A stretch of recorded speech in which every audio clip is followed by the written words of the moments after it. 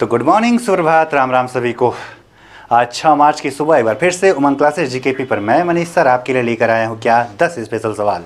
याद हमेशा रखना है कि जीवन का उद्देश्य होना चाहिए क्या करना है, और उस उद्देश्य की प्राप्ति के लिए दिन रात एक कर देना है। ठीक, जैसा मैं हमेशा कुछ ना कुछ आपसे बताता ही रहता हूँ, तो उसी प्रकार जैसे कि एक जो पानी की बूंद होती है, जब तक वो समुंदर में होती है तब तक उसका कोई अस्तित्व नहीं होता है, लेकिन वही बूंद जब पत्ते पर गिरती है तो मोती की तरह चमकती है। ठीक है, इस बात को समझिएगा। तो अपने जीवन को भी इसी मोती की तरह चमकाई, क्योंकि भीड़ में आपकी पहचान दब जाती है। तो मोती बनना है तो पढ़ना होगा, दिन रात पढ़ना होगा जब तक सफल ना हो जाए। चलिए जरा शुरुआत करते हैं आज के 10 करंट अफेयर्स के सवाल जो आपकी परीक्षा को महत्वपूर्ण बनाएंगे। पहला सवाल कह रहा है कि अट्टुकल पोंगला उत्सव कहाँ मनाया जाता है। तो सर, पोंगल उत्सव का संबंध तो कहाँ से होता है? तमिलनाडु से है, और दिए गए ऑप्शन में तमिलनाडु तो है ही नहीं, तो यानी कि कोई और ऑप्शन रहा होगा। ठीक है, तो वैसे आप जान रहे हैं कि ओणम का संबंध कहां से है, तो केरल से है। तो इसी ओणम वाले राज्य में चलते हैं जहां पर एक मंदिर है तिरुवनंतपुरम में, जिसको हम अटुकल भगवती मंदिर कहते हैं। कौन सा? अटुकल भगवती मंदिर, यानी कि भगवती लिखा है तो मतलब देवी का है। ठीक है, किससे जुड़ा है? देवी उत्सव से जुड़ा। और कितने दिन का होता है? 10 दिवसीय होता है। और 10 दिवसीय में 9वें दिवस पे जो है महिलाएं अपने हाथ से बने हुए दीपक लाकर पूजा पाठ करती हैं। और 2009 में 25 लाख दियों का रिकॉर्ड बनाया गया था। ठीक है, कब? तो याद रखें। ठीक है, 9 दिवसीय 10 दिवसीय कार्यक्रम में 9वें दिन पर अटुकल भगवती मंदिर, यह विशेष तौर पर यह उत्सव किसके लिए होता है? तो महिलाओं के लिए होता है। इसीलिए महिलाओं का शबरीमाला कौन से ठीक है उत्सव मंदिर को कहा जाता है? तो अटुकल भगवती। तो उत्सव पूछा है अटुकल पोंगला उत्सव, तो कहां से जुड़ा है? केरल राज्य से। चलिए जरा देखते हैं अगला सवाल क्या कह रहा है। यूडाइएस प्लस पर राष्ट्रीय सम्मेलन कहां पे हुआ है? तो पहली बात कि यूडाइएस है क्या सर? तो ये है यूनिफाइड डिस्ट्रिक्ट इंफॉर्मेशन यूडाइएस। ठीक है, इंफॉर्मेशन ठीक सिस्टम फॉर एजुकेशन है। सिस्टम फॉर एजुकेशन की बात करता है यूडाइएस, और जिसके तहत एकीकृत सभी स्तर के यानी कि जितने भी सरकारी स्कूल, प्राइवेट, सबको इसमें इनरोल होना पड़ता है। और विद्यालय शिक्षा एवं साक्षरता विभाग इसका कार्यान्वयन करता है। इसकी शुरुआत जो है यूडाइएस की वर्ष 2012-13 में हुआ था। और वहीं पर जब पूछता है कि यूडाइएस प्लस की शुरुआत कब हुई थी, तो 2018-19 के समय में किसकी शुरुआत हुई थी? तो यूडाइएस प्लस की शुरुआत हुआ था। तो जवाब क्या हो जाएगा? पूछा है कहां पे सम्मेलन हुआ, तो सम्मेलन हुआ है भुवनेश्वर में 27 और 28 फरवरी को। ठीक है, सम्मेलन कहां पे हुआ? भुवनेश्वर में हुआ। तो जवाब हो गया भुवनेश्वर। अगला प्रश्न, ईरान के खिलाफ ऑपरेशन एपिक फ्यूरी किस देश ने शुरू किया? ईरान के खिलाफ तो 2 देश लड़ रहे हैं सर, यूएसए और कौन सा? इजराइल लड़ रहे हैं, लेकिन यहाँ दोनों ऑप्शन अलग अलग दिया है। तो इस ऑपरेशन की शुरुआत किसने किया था? तो अमेरिका ने। और इस ऑपरेशन के मूल में आप जानते हैं कि अमेरिका और ईरान के बीच में परमाणु समझौतों के रद्द हो जाने के कारण ठीक है, यह धीरे धीरे व्यापक रूप लिया और अंततः अमेरिका ने इजराइल के साथ मिलकर हमला करना शुरू कर दिया। ठीक है, और इस हमले में ईरान के सर्वोच्च नेता अमानतुल्लाह खामेनेई का क्या हो गया? देहांत भी हो गया, इसलिए चर्चा में है। तो याद रखिएगा किस देश ने शुरू किया था ऑपरेशन एपिक फ्यूरी? तो अमेरिका ने शुरू किया था। अगला प्रश्न क्या कह रहा है? 11वें रायसीना डायलॉग 2026 में, रायसीना शब्द तो सुना सुना लग रहा है, क्योंकि सर रायसीना हिल्स को ही क्या कहा जाता है? राष्ट्रपति भवन कहा जाता है। याद रखें, राष्ट्रपति भवन कहा जाता है रायसीना हिल्स को ही। रायसीना डायलॉग प्रत्येक वर्ष में आयोजित होता है, और इस वर्ष के मुख्य अतिथि रहे कौन? तो मुख्य अतिथि रहे इस वर्ष के कौन? तो फिनलैंड के, ठीक है, कहाँ के? फिनलैंड के, ठीक है, तो प्रेसिडेंट अलेक्जेंडर स्टब। फिनलैंड जिसकी राजधानी हेलसिंकी होती है, ठीक, जिसकी राजधानी क्या होती है? हेलसिंकी जिसकी राजधानी है, ठीक है, वो रहे हैं इसके क्या? ठीक, इस बार के प्रमुख मुख्य अतिथि रहे हैं। इसके अतिरिक्त माल्टा के विदेश मंत्री भी यानी उप प्रधानमंत्री भी आए थे, लेकिन मुख्य अतिथि पूछा है तो अलेक्जेंडर स्टब हो जाए।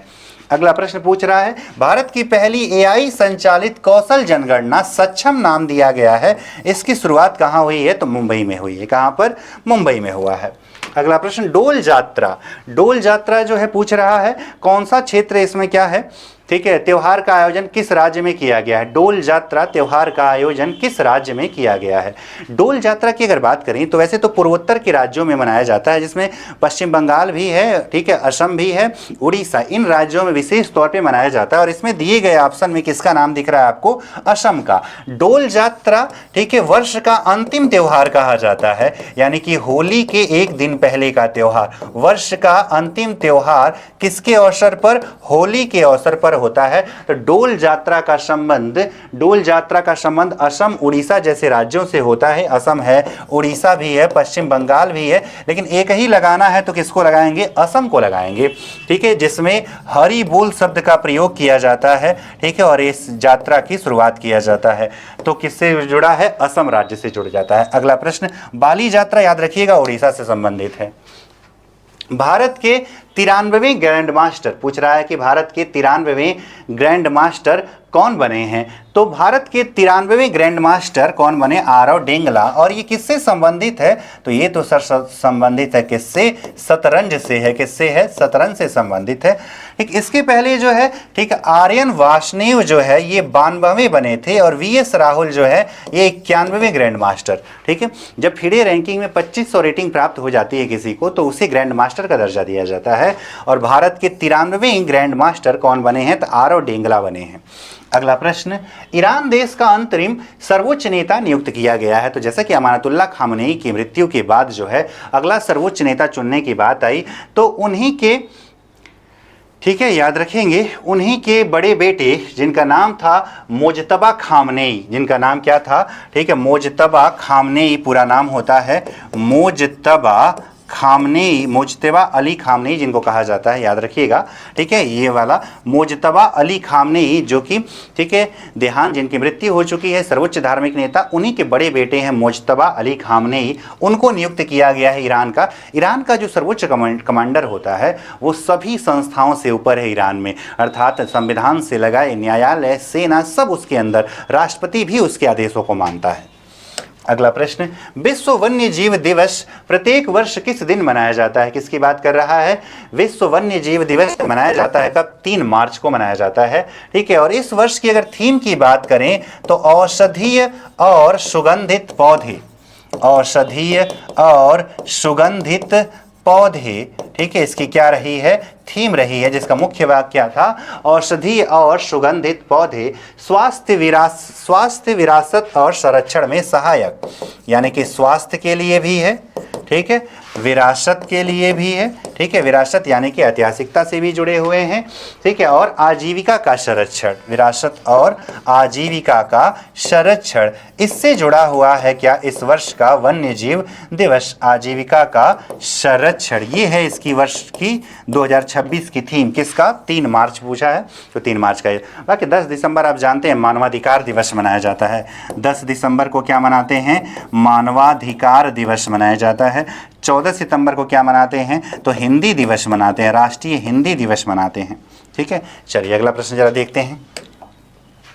उत्तर प्रदेश के किस शहर ने 1 घंटे में 2.51 लाख से अधिक पौधे लगाकर नया गिनीज रिकॉर्ड बनाया है।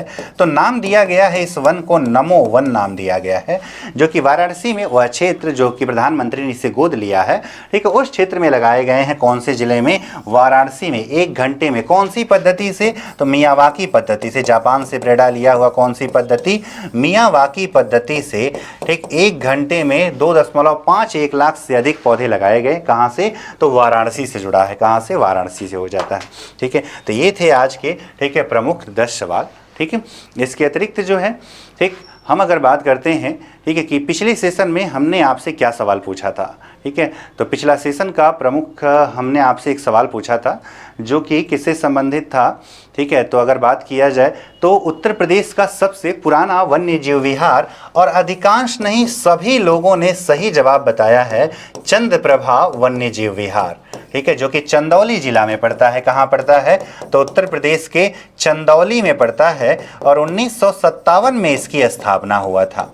ठीक है, कब? 1957 में। तो ये प्रदेश का पहला वन्यजीव विहार है। आज का प्रश्न क्या है तो जरा देखिएगा। आज का है कि बाली यात्रा किस राज्य में आयोजन होता है? उड़ीसा, बिहार, तेलंगाना, उत्तर प्रदेश। आपको इसका जवाब कमेंट बॉक्स में लिख के बताना है। अगर आप क्लास से ध्यान से सुने होंगे तो उसका उत्तर आपको अपने आप मिल भी गया होगा। तो ये आज के 10 सवाल रहे जो आपकी परीक्षा की दृष्टि से महत्वपूर्ण है। जो बार बार ये बात कह रहा हूँ, जो लोग यूपीएससी की तैयारी कर रहे हैं, कांस्टेबल की कर रहे हैं, होमगार्ड की कर रहे हैं, हमारे द्वारा चलाई जा रही खाकी सीरीज को अवश्य देखें और अपने अन्य सगे संबंधी बंधुओं को भी शेयर करें, क्योंकि ये बहुत ही फायदेमंद। आप जब 14 और 15 मार्च को पेपर दोगे तो आप खुद देखोगे कि बहुत सारे सवाल ऐसे होंगे जो आपने हमसे सुना होगा या हमारे ठीक है पीडीएफ में, उसे वीडियो में आपने देखा होगा। तो आज के सेशन में बस इतना ही। ज़्यादा से ज़्यादा लोगों तक पहुँचाइए। पीडीएफ आपको डिस्क्रिप्शन बॉक्स में दिए गए टेलीग्राम लिंक पर मिल जाएगा। ठीक, मिलते हैं कल के सेशन में कुछ और ऐसे ही 10 तथ्यों के साथ। धन्यवाद।